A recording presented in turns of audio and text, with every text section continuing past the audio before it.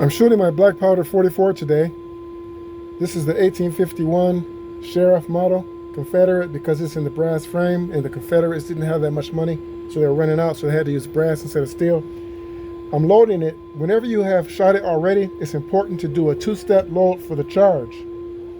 There could be embers remaining inside the cylinder, and if you load directly from the flask and there is an ember in there, you're going to ignite this flask. So do not load previous or rather subsequent cylinders from a flask directly. I pour the powder into here. I measure it first, then I pour it into here.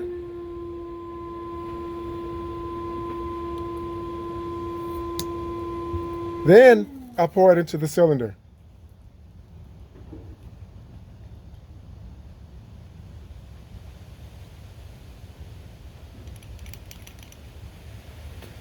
I take one of these felt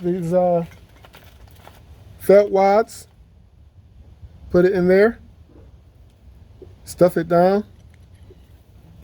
Take one of these 454 caliber round balls, put it there, rotate it around,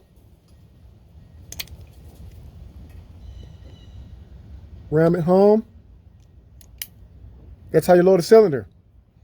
Then I'm going to take some of this shea butter as a lubricant, and I'm going to place that over the cylinder to help keep everything soft when it's fired, so that it'll be easier to clean this thing over each cylinder after I've loaded it.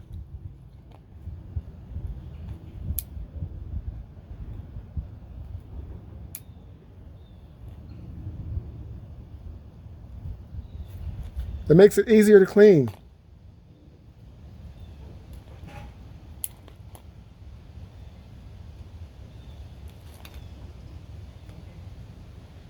I've loaded 5. I have one more to load. So that's an example of how you load it. This funnel holds 24 grains of powder. That's what's recommended for this one, a maximum of about 24 grains, actually 28 grains. I'm using 24 just to be safe. And that is a volume measurement, not a weight measurement.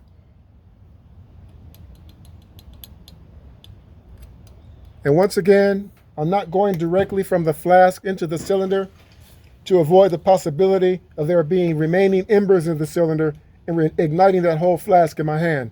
You don't want that. That could be a bad day. That could be your last day if you were to do that. So I'm taking extra safety measures when I load this thing. Felt wad in there. Stuff the felt wad down. Take that 454 grain lead ball. Put it right there. Ram it home.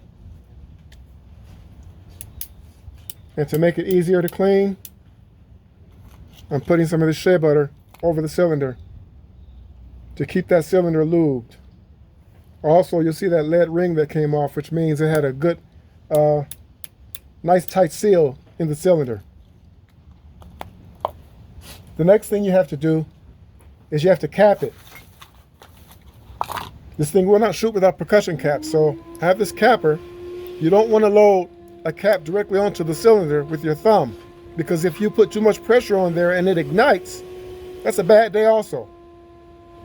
So use a capper to protect your thumb. That's how you cap it. Push the cap up. Rotate that cylinder. Put it on the nipple. Just like that. You're supposed to use number 10 percussion caps with this particular revolver, but they're hard to find, so I buy the number 11s and I pinch them so that they're tightly secured onto the nipple.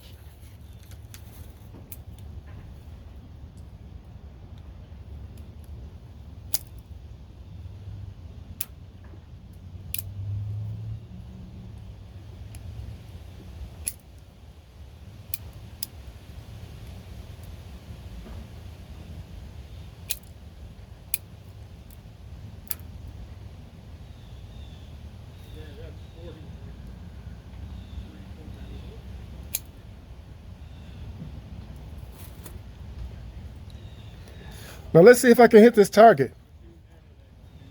Let me put on my eye protection and hearing protection.